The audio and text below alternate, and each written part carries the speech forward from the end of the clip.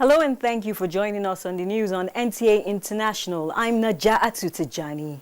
The headlines. Nigeria observes World Diabetes Day with focus on family. President Buhari calls for fairness and transparency in Bayelsa and Kogi state elections. ICPC inaugurates constituency projects tracking group.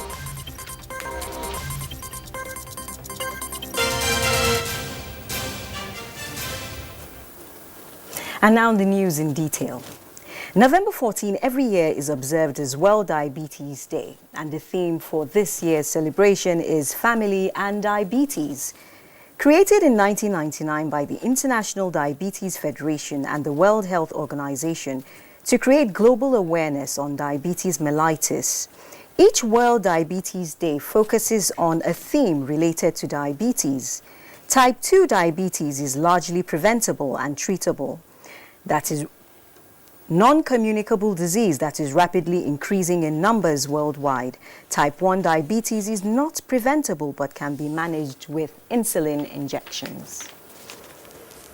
And joining us in the studio to talk more on diabetes is the president of the Nigerian Medical Association, Dr. Francis Faduyile. You're welcome to our studio, sir. Thank you. I'd like to first of all find out the first step towards addressing diabetes mellitus is creating awareness about preventive measures. Do you think healthcare workers are reaching out to Nigerians in this regard? Well, thank you very much. I think it's important for us to know that in the prevention of diabetes mellitus, especially type 2 diabetes mellitus, is not only within the effort of the healthcare workers. We need everybody to be involved in. And that is why the theme of this year's World Diabetic Day is on diabetes and the family. And what it means is that the process of eating in the family, which due to maybe economic downturn or westernization, has made diabetes to be more common nowadays, because we are no longer taking food that are natural. We have changed our diet, that we are taking high calorie foods. We are no more taking food that are naturally oriented. We are taking food that are highly processed. We are taking fast foods. And all those things are things that had made diabetes mellitus to be more rampant nowadays. Again, within the family, we have seen that we have changed our attitude from being active to sedentary life. And sedentary life will not allow us to break down all the food that we have eaten. And at the end of the day, we tend to be more obese, and obesity has a lot to do with diabetes mellitus.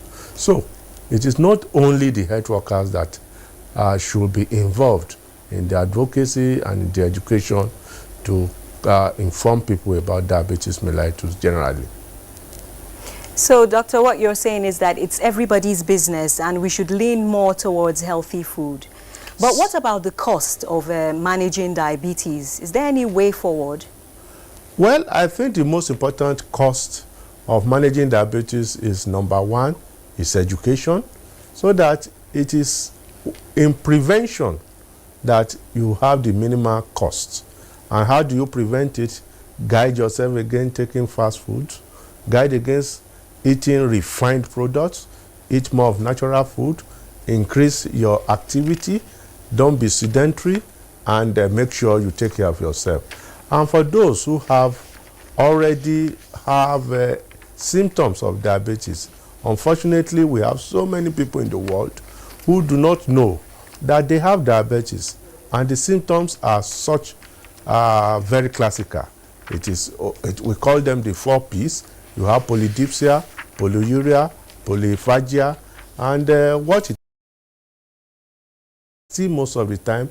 And when he passes urine, he passes a very large quantity of urine, and with that eating, with that amount of food he or she takes, he also loses weight. So what we need to do is education, and once we know that, The treatment of diabetes can be in multiple folds. The first one is change in dietary habit, is reducing the quantity of food you eat. Secondly, it can be for you to improve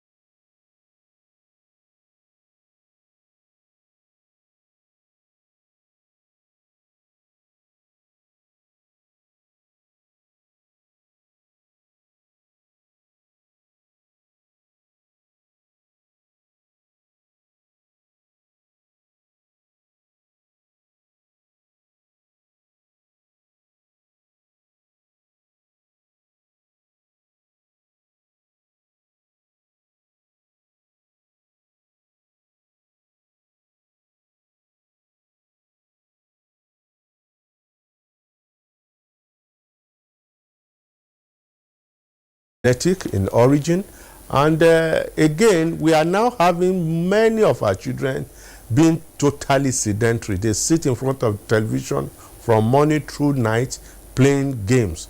You don't see children going into outdoors sports. They don't run, they don't jump, and because of our Nigeria's First Lady is urging them to maintain the status quo to be in the next level agenda of the federal government. She expressed optimism that the return of Governor Yahaya Bello will consolidate on the numerous achievements recorded in critical sectors of the state. We are here to support his re-election for continuity, and I'm very happy to hear that Kogi State has the least dropout students in Nigeria, according to the survey of the UNICEF. Vote Yaya for continuity and for also uplifting, encouraging, giving women of Kogi State sense of belonging and to boost our self-esteem. APC National Chairman Comrade Adams Oshomole equally wants the social contract entered 4 years ago should be renewed for positive transformation. I believe Yahaya Bello has worked. He has shown presence in Kogi East. He has shown presence across Kogi land. He has shown presence in Oku land. And I also join them to appeal to you as you vote for Yahaya Bello. Also vote for Smart Adeyemi. Governors of Kaduna and Ekiti states, Minister of State for FCT, explained that Yahaya Bello has demonstrated strong will to restore peace and rebuild Kogi State. First order of business, re-elect Yahaya Bello. Second order of business, elect Smart Adeyemi. Come out and join the queue as early as possible with your PVC. Go to your polling units, identify very well the logo of APC once again. 4 + 4 can only be real with your support, with your concern, with your commitment, with your sincerity of purpose to this project. Governor Yahaya Bello restates commitment to move the state forward, pledging to serve better when re-elected. We have been able to reunite Kogi State. No more ethnic agenda. What we have is Kogi agenda. Anybody that is peddling any ethnic agenda are those that brought us to where we are today, and we are trying to strive and save Kogi out of it. The APC Grand Finale campaign rally is coming one day to the close of campaigns for the Kogi governorship election. And now to environmental matters. President Muhammadu Buhari in a magazine says planting trees is part of the solution to conflicts in Nigeria and across the Sahel. He said ecological restoration reduces the threat of land disputes, adding that desertification driven by climate change is exacerbating conflict in Nigeria. President Muhammadu Buhari writes in an opinion article in Scientific American in which more than 150 Nobel laureates have been published that the Nigerian government is taking action against the ecological breakdown that drives conflict. He explains that planting trees is part of the solution and the reason Nigeria is planting another 25 million on top of in addition to the 1 million hectares already reforested. The article comes ahead of the project launch later this month by the National Youth Climate Innovation Hub, the organization mobilizing youth in the tree planting exercise. In tackling these challenges, the government believes it is essential to involve young people in the decision-making processes on climate action because ultimately it is their future that shall be affected. And still on the environment, women are to be fully engaged in the campaign against climate change. The Minister of State for Environment, Sharon Kezo, stated this when she hosted Women in Politics at the Federal Ministry of Environment, Abuja. Mayor Ogidi was there for NTA News. Thank you very much. One cannot clap with one hand, but with two. Women in Politics. That is the name of this group. Literally the second hand, the Minister of State for Environment, Sharon Kezo, needs to clap loudly in clamping down on environment-related crises. Politics of trees, of course the women are going to be fully involved. We are going to do our best to ensure that we support the Minister of Environment. Women are the ones most hit when there's climate problem, when there's poverty, when there's insecurity. Typical of such gatherings, quick photographs were not in short supply to keep the date alive. Mayor Ogidi, NTA News. Meanwhile, the federal government will continue to create opportunity their God-given talents and achieve their dreams. Vice President Yemi Osinbajo said this when he received a delegation from the Alibaba Group led by founder Jack Ma. State House correspondent Jide Onifade reports. Energetic and creative, that's how Vice President Yemi Osinbajo describes the youth of the country. The Vice President says he's elated for the visit by the Alibaba Group, which is an invitation extended to Jack Ma during one of the Vice President's participation at the World Economic Forum. The point, and I think your coming is at a very strategic moment in our trajectory, in our own progress, in the progress of our country. And I think it's a very important moment because when you look at what we're seeing a lot of entrepreneurship, we're seeing a lot of young people who are very actively engaged in the digital economy at various levels. The delegation is made up of successful entrepreneurs whose expertise the Vice President is hoping would be of great benefit to Nigerians. The government of Nigeria is certainly happy that you're here, and we really will hope that we'll be able to work with you on so many things, and we know that your experience and what you've achieved will be extremely useful for us also. And we also want to help 4Es in Jack Ma. So at Thursday's plenary, House members passed a resolution urging the Federal Ministry of Health to rehabilitate primary health care centers across the country as moved by Taufik Ajilesoro. Another health-related motion from Umar Abdelkadir calling on the Ministry of Health to develop an efficient system for management of sickle cell disease in Nigeria was also adopted. In the meantime, the House Committee on Army has submitted its report on the interaction it had with the Nigerian Army on Operation Positive Identification. The committee's suggestion that the Army should carry out the operation but in collaboration with the police, immigration and other relevant security personnel was adopted. Now, the federal government has strengthened its resolve to sanitize social media space in the country. Information and Culture Minister Lai Mohammed stated this at a meeting with members of the Guild of Corporate Online Publishers in Abuja. Anthony Forson reports.